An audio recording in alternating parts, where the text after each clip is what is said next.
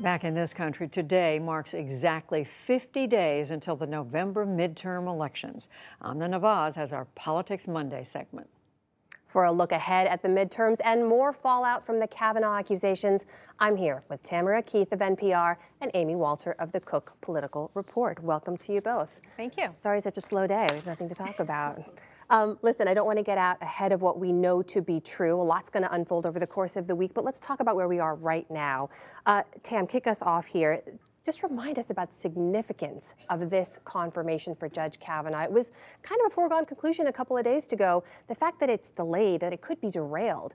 What does that say to you? That is very significant. Republicans really want this seat and they want it done quickly. Just to be very political about it, Republicans want to be able to go into these midterms, go to their base voters and say, look at what we did. We got you 2 Supreme Court justices. And if this gets delayed, stalled, if he drops out or is pushed out, that is going to be a significant problem for Republicans. What's your take on this, Amy? Yeah, we also don't know whether he gets confirmed or not is one piece of this, where the votes are, but also the perceptions both of Judge Kavanaugh, of Dr. Ford, and of the senators that are questioning her. Remember with the Anita Hill hearings, for example, there was just as much criticism on the senators and the way in which they approached Anita Hill as there was about the actual,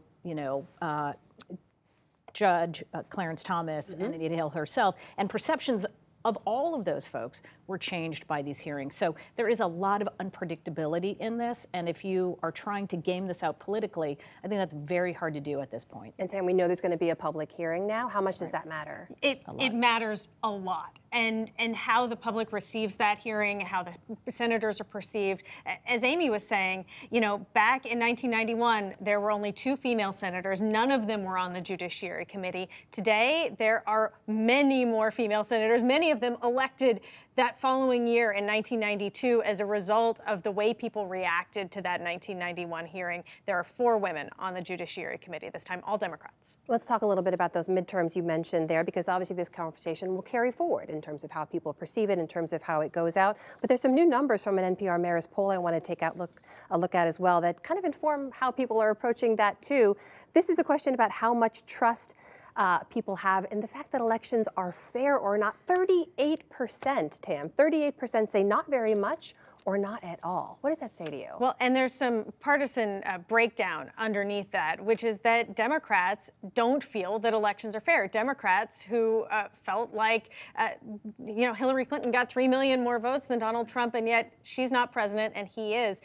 The results of this poll are very much colored by how partisans see the last election. Right, and how they see the trust that this will be protected, that their votes will be accurately counted and accurately reflected. The one thing that Democrats and Republicans do agree on, though, is that they trust their state and local officials, elected officials, when it comes to protecting their votes more than the federal government. And the other thing is they really do see that Facebook, Twitter, they don't feel like those groups, those social media platforms have done enough since 2016 to protect against interference by outside, specifically foreign influence. And Tam, to your earlier point, obviously it's not surprising, right? People have more faith in a system when it benefits them. 91% of people who self-identify as Republicans said that they think elections are fair. But the groups that had the greatest doubts, those were women, those were non-white voters, and those were Democrats. What does that mean for them moving forward? Well, and one fascinating thing is that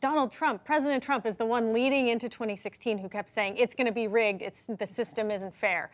But in reality, a lot of non-white voters have experienced difficulties getting to the polls. I mean, this poll tells us that non-white voters have a more difficult time voting, and that affects their view of the fairness of the process. There's some stunning numbers in that. Latino voters in particular having to wait twice as long as white voters, travel twice as long as well.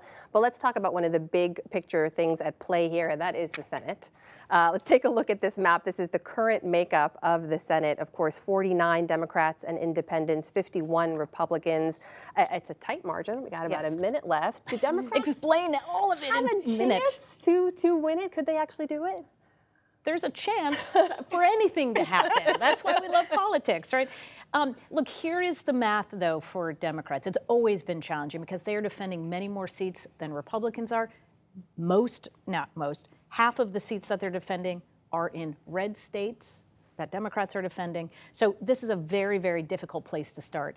If Democrats are to pick up the 2 seats to flip control into Democratic hands, here's what they need to do. They need to either hold on to their most vulnerable seats, there are 5 of those, so win 100% of those, and then win 2 out of the 3 most vulnerable Republican seats. Is that possible to do? Sure. Is that difficult? Yes. And that's holding on to seats, by the way, in Missouri, North Dakota, West Virginia, Indiana, Florida. States where President Trump Is very carried popular. by a lot. A lot of 2016. interesting things to watch then. Possible then. Very possible. Amy Walter, Tamara Keith, thanks very much. You're You're welcome. very welcome.